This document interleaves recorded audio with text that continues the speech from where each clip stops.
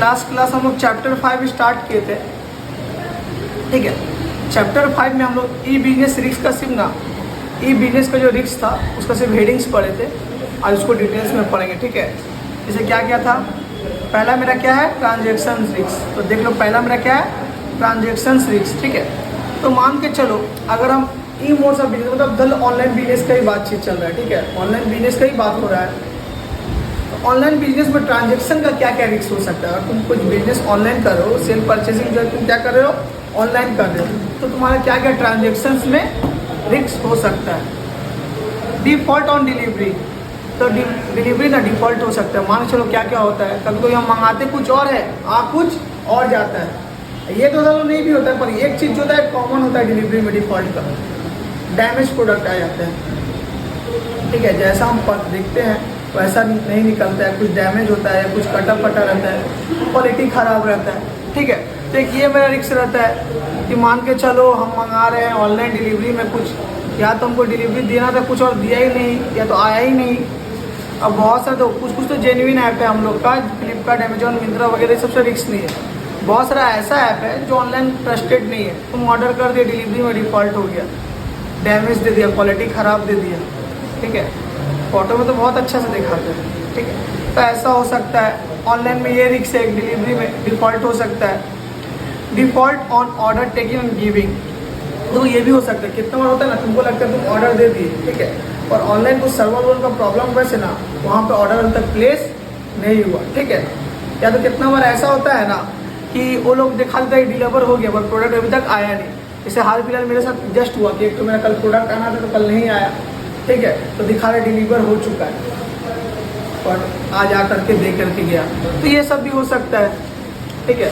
Order तुम दिए, कुछ ऑनलाइन सर्वर होगा उधर ऑर्डर नहीं ले। कितना बार ऐसा होता है ना कि हम मतलब बहुत बार हम खुद फेस कर चुके हैं कि हम बहुत कुछ ऐसा ऑर्डर दिए, जैसे लास्ट दुर्गा पूजा हम 2-3 तो कपड़ा ऐसा ऑर्डर दिए थे, आया डिलीवरी डिले करते ही डिले कर रहे थे, फिर प्रोडक्ट बोल दिया कि आउट ऑफ स्टॉक है, कैंसिल कर दिया। तो ऐसा भी हो सकता है। तो ऑर्डर को लेने में, ऑर्डर को देने में भी डिफ़ॉल्ट क्रिएट हो सकता है ऑनलाइन का ऊपर अगर हम लोग जाते हैं। डिफ़ॉल्ट ऑन पेमेंट्स, ठीक है, कितना बार पेमेंट्स हम लोग कर देते हैं यहाँ से कि हाँ एडवांस, मतलब कि जैसे प्रोडक्ट करते हैं संग संग हम लोग प्रोडक्ट का पेमेंट कर देते हैं, ठीक है। तो कितना बार ऐसा भी केस हो सकता है कि तुम बोलोगे हम पेमेंट कर दिया ऑर्डर का, वो बोले वहाँ पर पेमेंट नहीं आया इसलिए वो लोग पैसा मांग सकते हैं। या तो ये भी हो सकता है तुम कुछ प्रोडक्ट रिटर्न किए हो तो पेमेंट वो लोग करने में भी बहुत प्रॉब्लम क्रिएट करना। मानो तुम पहले से पेमेंट कर चुके, तुम्हारा ऑर्डर तुम रिटर्न किए, तो रिटर्न का पैसा जो रिफंड होता है ना उसका पेमेंट में डिफ़ॉल्ट हो सकता है। तो ऐसा बहुत सारा डिफ़ॉल्ट का केस मेरा ऑनलाइन में बिजनेस जब हम लोग ट्रांजेक्शन्स करेंगे उस पर हो सकता है, ठीक है। ये मेरा हो गया पहला। दूसरा मेरा क्या है data storage and transmission risk, ठीक है। अब मान लो हम लोग ऑनलाइन कुछ भी मतलब कि काम कर रहे ना, बिजनेस कर रहे हैं ना, लैपटॉप के थ्रू या फ़ोन के थ्रू, तो उसमें 2 चीज़ का रिस्क है। एक वायरस का, जो कॉमन वर्ड हम लोग सबको जानते हैं, फ़ोन लैपटॉप में वायरस एक बार जो घुस गया उसके बाद कोई भी अगर पैन मान लो चलो तुम्हारा नहीं किसी और का ही है, ठीक है, किसी और भी ऑनलाइन का काम करता है उसका में वायरस है, तो तुम कुछ भी पेन ड्राइव से लोगे या फ़ोन से उसके ट्रांसफ़र करोगे ना अपना सिस्टम में, तो वो वायरस जो है तुम्हारे ऊपर तुम्हारे सिस्टम में भी ऑटोमेटिकली आ जाएगा। हैकिंग का भी रिस्क रहता है, ठीक है। ऑनलाइन चीज़ें बहुत चीज़ हैक हो जाता है, ट्विटर अकाउंट हैक हो जाता है, क्या नहीं हैक हो जाता है। ऑनलाइन अगर है तो हैक भी मेरा हो सकता है, हैकर लोग कुछ भी हैक कर सकते हैं। तो ये भी एक रिस्क रहता है कि मान लो कोई मेरा हैक कर लिया ऑनलाइन चीज़ें, ठीक है, पेमेंट वगैरह OTP वगैरह कुछ हैक हो गया, या मान के चलो कुछ स्क्रीनशॉट ले लिया मेरा कोई चीज़ का फ़ोन से, तो ऑनलाइन में ये सब हैकिंग और वायरस घुसने का भी रिस्क रहता है। Risk of threat and intellectual property and privacy. सुनो, इसमें क्या होता है कि मेरा प्राइवेसी भी इसमें नहीं रहता ऑनलाइन में, ठीक है। सबको तो पता चल ही जाता है, और कैसे जो एक और डर पता है स्क्रीनशॉट में, ठीक है। मान लो तुम्हारा कुछ चीज़ से तुम्हारा फ़ोन 5 मिनट का ले लिया, फ्लिपकार्ट यूज़ कर लिया, तुम्हारा से करके OTP सब ऑर्डर कर लिया, कुछ चीज़ इन्फॉर्मेशन स्क्रीनशॉट कर लिया ऑनलाइन बिजनेस का ट्रांजेक्शन, इसमें ना प्राइवेसी भी बहुत ऑनलाइन में कम है। मतलब मान के चलो कुछ भी हो सकता है ना, ऑनलाइन का चीज़ है तुम्हारा, ठीक है, कुछ तुम इन्फॉर्मेशन बिजनेस का अपना खोल करके रखे हो, ठीक है, तुम कुछ तुम्हारा चीन पहचान के तुम बिलीव कर दो, तुरंत गया तुम स्क्रीनशॉट ले लिए या फ़ोटो ले लिए, ठीक है, ठीक है, या किसी का बिजनेस का ऐसा कुछ इन्फॉर्मेशन तुम पता कर लिए। बहुत सारा फिल्मों में ऐसा देखे होगे कि कोई सीक्रेट बिजनेस का पता करके अदर्स पार्टी को इन्फॉर्मेशन दे देता है मेरा बिजनेस का, तो ऐसा भी हो सकता है। प्राइवेसी इसमें नहीं है। मान के चलो तुम मेरा, जैसे कि बहुत सारे फिल्म ऐसे देखे होगे कि तुम्हारा मेरा बिजनेस है, ठीक है, तुम मेरा बिजनेस में मेरा बहुत अच्छा से हो तुम, ठीक है, बहुत अच्छा एम्प्लॉयर, तुम्हारा क्या क्या मेरा बिजनेस है, तुमको सब चीज़ पता है, कि क्या क्या चुपके से फोटो ले लिए या इंजेक्ट करके इंजेक्ट करके तुम कुछ इन्फॉर्मेशन निकाल सकते हो, तो इसमें प्राइवेसी नहीं है। ऐसा फिल्म में तो बहुत सारा होता है कि लैपटॉप वैपटॉप से तुरंत कार्ड रीडर या कुछ भी पेन ड्राइव डाल के इन्फॉर्मेशन ले लिया, तुमको पता है क्योंकि तुम मेरा सिक्योरिटी है, तुम मेरा खास, तुमको ही पता है, तुम भी वर्क करते हो मेरे यहाँ, तो ये भी एक तो ठीक रहता है प्राइवेसी वाइवेसी का, ठीक है। तो इसमें भी मेरा रिस्क है, तो ये मेरा रिस्क का हो गया, ठीक है। इसके बाद मेरा क्या आता है, आउटसोर्सिंग, ठीक है। आउटसोर्सिंग ना एग्जाम में पूछता है, आउटसोर्सिंग होता क्या है। हम ना, अगर मान लीजिए कोई चीज़ का बिजनेस है ना, मेरा किसी भी चीज़ का मान के लो अगर बिजनेस है ना, तो जो मेरा मेन काम है ना सब हम कर लेते हैं, और कुछ कुछ साइड जो काम होता है ना हम किसी से आउटसोर्स करवाते हैं, मतलब खुद से नहीं करते, किसी से करवाते हैं। फॉर एग्जाम्पल BMW जो है ना सारा चीज़ अपने से बना लेता है, सीट किसी और को बनवाता है, सीट किसी और से बनवाता है, ठीक है, हाँ किसी और से बनाता है। और फिर आगे बहुत बड़ा बड़ा बिल्डिंग, बहुत बड़ा ऐसा कंपनी है जो सारा चीज़ अपने से बनाता है, अपना बड़ा बड़ा चीज़ अपने से बनाता है, पर कुछ कुछ काम के लिए टाटा स्टील का यूज़ करता है, टाटा स्टील को कॉन्ट्रैक्ट देता है, तुम स्टील का जो काम है तुम करो। सुनने में तो आया शायद, इतना कंफर्म नहीं है, पर बुर्ज खलीफा में जो स्टील लगा हुआ है टाटा स्टील का ही अपना, ठीक है। तो ऐसा होता है ना कि जो मेरा मेन काम होता है ना वो तो हो रहा है, पर कुछ कुछ जो साइड का काम होता है ना वो स्पेशलिस्ट से हम दे देते हैं। जैसे मान के चलो मेरा मेन जो काम है स्टील का, इसमें कुछ काम है साइड का, स्टील का जो स्पेशलिस्ट है स्टील का काम तुम संभाल लो।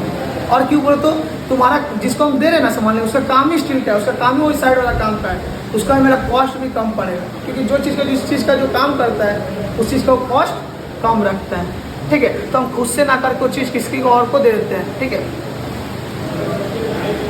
आउटसोर्सिंग का मतलब जो होता है, हाँ 7 बजे तो छोड़ ही देंगे। It means contracting out the activities of the business, contract जो मेरे बिजनेस का आउट करते हैं किसी और को दे देते हैं, ठीक है।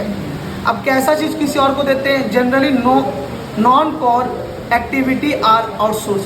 नॉन कोर का मतलब क्या होता है, तो कोर होता है एक तो नॉन कोर होता है, ठीक है। कोर मतलब क्या, जो मेरा मेन काम होता है बिजनेस का, जो मेन काम होता है वो हम लोग आउटसोर्स नहीं कराते। अरे जो मेन काम है आउटसोर्स किसी को दे दोगे तो मतलब सारा इन्फॉर्मेशन और डिटेल्स ले लेंगे, तुम्हारा बिजनेस फिर सीक्रेट नहीं रहा। कुछ कुछ जो साइड का जो काम रहता है ना नॉन पर, जो इतना इम्पॉर्टेंट नहीं है, उसी को हम लोग क्या कराते हैं, आउटसोर्स जनरली करवाते हैं। आउटसोर्स मतलब क्या, अपना कोई काम जो नॉन कोर हो, मतलब कि कोर मतलब मेन काम नहीं, मेन हम बिल्डिंग मेन जो हम बिजनेस करें उसी को दे दिए। BMW भी बोल दिए पूरा बना दो, मेरा BMW सिर्फ सीट बना दो, पूरा BMW बना देंगे तो फिर मेरा बिजनेस ठप हो जाएगा, सारा सीक्रेट उसको मेरा पता चल जाएगा। मेन काम अगर हम बता देंगे कि सब मेन काम आउटसोर्स कराएं तो मेरा तो पूरा बिजनेस ठप हो जाएगा, सारा सीक्रेट्स कैसे क्या हम करते ये सब तो सब पता चल जाएगा। कभी हम लोग मेन काम जल्दी आउटसोर्स नहीं करवाते, जनरली हम लोग नॉन कोर जो कि मेन काम रहता है, साइड एक का जो काम होता है, जो दूसरा को उसका स्पेशलिस्ट रहता है, थोड़ा कॉस्ट भी कम पड़ता है, उसको हम लोग दे देते हैं, ठीक है। समझ में आया। नीड क्या है इसका, आउटसोर्सिंग का, क्वेस्ट फॉर एक्सीलेंस। तो हम क्या बोले, अगर हम किसी से काम करवा रहे हैं, आउटसोर्स करवा रहे हैं, तो उसका मतलब वो चीज़ का स्पेशलिस्ट है, उसका काम का जो एक्सीलेंस है ना बहुत ही अच्छा होगा और बढ़िया होगा। फोकसिंग अटेंशन है ना, हाँ ठीक है, फोकसिंग अटेंशन, ठीक है। अब मान के चलो ना मेरा कुछ साइड का काम था, ठीक है, मेरा कुछ साइड का काम था, जैसे मान के चलो ना कि मेरा जैसे कि मेरा साइड का काम इसमें क्या होता है, वीडियो एडिटिंग करना, हम किसी और को आउटसोर्स करा दिए और किसी और को वो चीज़ दे दी, तो जो मेरा मेन काम है उसमें हम फोकस अच्छा से कर पाएंगे। आउटसोर्स कराने से मेरा माथा में तो टेंशन नहीं रहेगा कि भैया जो साइड का जो लफड़ा वाला जो काम था नॉन कोर, जितना इंपॉर्टेंट भी नहीं था उसको हम दे दिए, अब उसका टेंशन नहीं, हम अपना मेन काम में फोकस अटेंशन करेंगे, ठीक है। कॉस्ट रिडक्शन भी हम तुमको बोले, जिस चीज़ का जिससे करवाओगे वो स्पेशलिस्ट है, एज कम्पेयर टू मेरा कंपनी उसका कॉस्ट कम पड़ेगा। अब स्टील का काम खुद से करवाएंगे और टाटा स्टील से करवाएंगे तो ऑब्वियस सी बात है, टाटा स्टील का मेन कंपनी है, उन लोग के पास थोड़ा सस्ता मिलेगा। कुवैत में दुबई में जहाँ तुम्हारा ऑयल वगैरह आता है, तो जिसके पास जो चीज़ रहता है वो तो सस्ता ही पड़ेगा ना, ठीक है। तो इन लोगों का सस्ता हो तो हमारा कॉस्ट रिडक्शन भी इससे हो जाता है, कॉस्ट भी थोड़ा कम पड़ जाता है जो हम बिजनेस में मेन खर्चा होता है, ठीक है।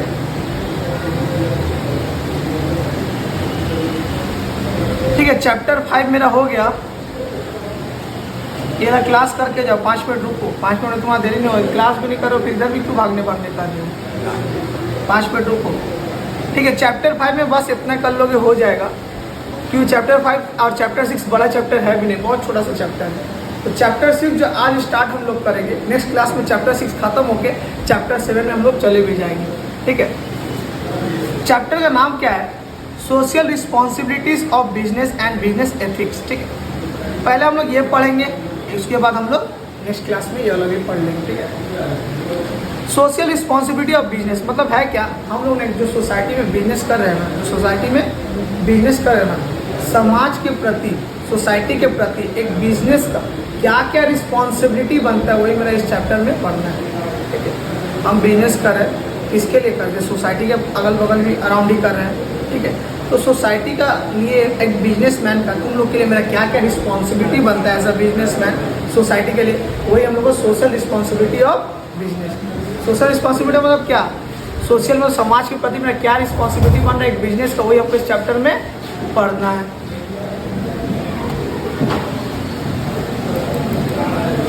ठीक है। तो इसमें यही लिखा हुआ है कि respect of objectives values of our society, society के लिए हम लोग क्या क्या ऑब्लिगेशन है, क्या क्या रिस्पॉन्सिबिलिटीज है, क्या क्या ड्यूटीज़ है एक बिजनेसमैन की, जो समाज में रहा है समाज के प्रति उसको क्या क्या जिम्मेदारी है, रिस्पॉन्सिबिलिटी, वही सब इस चैप्टर में हम लोग को पढ़ना है, ठीक है।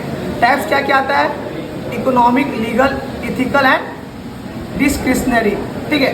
तो इसमें ना 4 में से ना हम लोग को चारों में क्या क्या टाइप का मेरा रिस्पॉन्सिबिलिटी हो सकता है। तो इसमें क्या होता है मानो, इसमें आता है obligation assume by the enterprises voluntary, मतलब होता है क्या है, अपना इच्छा अनुसार ना कोई बिजनेस ऐसा होता है, इंटरप्राइज ऐसा होता है कि अपना इच्छा अनुसार ना कुछ सोशल रिस्पॉन्सिबिलिटी मतलब समाज का सेवा करता है। फॉर एग्जांपल बहुत सारा बिजनेसमैन लोग ऐसा रहता है ना जो अपना इच्छा अनुसार क्या करता है मालूम, समाज के लिए डोनेशन देता है। क्या देता है?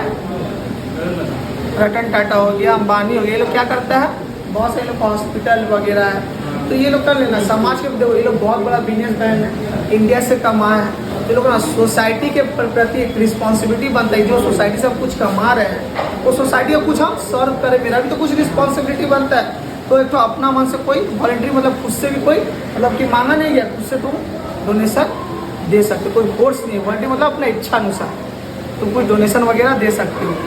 इथिकल का मतलब क्या होता है? बिहेवियर एक्सपेक्टेड फ्रॉम मतलब बिजनेस ही होता है but not defined in law. होता क्या है ना, देखो किसी भी बिजनेस में ना बताया नहीं गया है कि कैसा तुमको बिहेवियर रखना है। अगर बिजनेस का पढ़ाई पढ़ते ना तो ये कुछ इसका कोई लॉ कानून नहीं है कि तुम कस्टमर से कैसे बातचीत करना है, क्या नहीं करना है, ये अपने ऊपर डिपेंड करता है।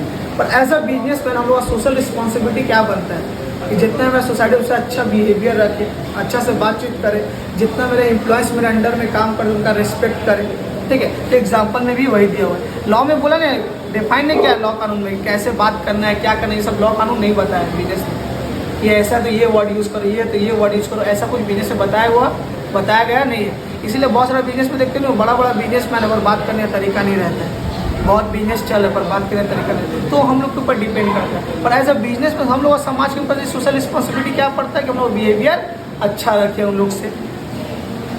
लीगल क्या होता है? लीगल का मतलब क्या, जिस देश में तुम रह रहे हो, जिस देश में तुम बिजनेस कर रहे हो वहाँ का लॉ कानून को फॉलो करो, ठीक है। कुछ भी इलीगल काम मत करो, कानून को लेकर के चलो, ठीक है। मान के चलो इंडिया में रह रहे हो, इंडिया में बिजनेस कर रहे हो, कमा रहे हो, तो तुम्हारा एज ए इंडियन बिजनेस में तुम्हारा रिस्पॉन्सिबिलिटी क्या बनता है लीगली कि तुम क्या करो, टैक्स को पे करो, ठीक है। इकोनॉमिक क्या होता है? Production of goods and services पर डिमांड एंड अर्न प्रॉफिट। सुनो, तुम कुछ ही प्रोडक्ट बना रहे हो या प्रोडक्ट बेच रहे हो ना, कुछ ही प्रोडक्ट बना रहे हो या बेच रहे हो, तो तुम्हारा रिस्पॉन्सिबिलिटी क्या बनता है कि उसका ना जो डिमांड जो प्राइस है ना जेन्युइन रखो, ठीक है। प्राइस क्या रखो? जेन्युइन रखो। तो वो क्या करता है, ठग के डुप्लीकेट प्रोडक्ट को ना, ओरिजिनल नहीं रहता, डुप्लीकेट कॉपी को बेच करके या जो प्राइस कितना दुकानदार एक्स्ट्रा लेता है एज़ कम्पेयर टू जो सारा दुकानदार है, कोई दुकानदार एक्स्ट्रा प्राइस ले लेता है, तो कोई डुप्लीकेट देखा जाता है, तो ये सब करके हम लोग प्रॉफिट नहीं कमाना है। हम लोग प्रॉफिट क्या होना चाहिए, जेन्युइन होना चाहिए, ठीक है। गुड्स एंड सर्विस जो हम लोग बनाए ना कस्टमर का डिमांड के हिसाब से अच्छा बनाए, ठीक है, और लीगल प्रॉफिट कमाए, जेन्युइन प्रॉफिट कमाए, ठीक है। तो ये सब समाज के प्रति क्या क्या रिस्पॉन्सिबिलिटी बनता है, यही सब हम लोग को इसमें पढ़ना है। आज यहीं तक रहने देते हैं, नेक्स्ट क्लास में इसको हम आगे करके चैप्टर खत्म कर देंगे, ठीक है। वीडियो ऑफ कर दो।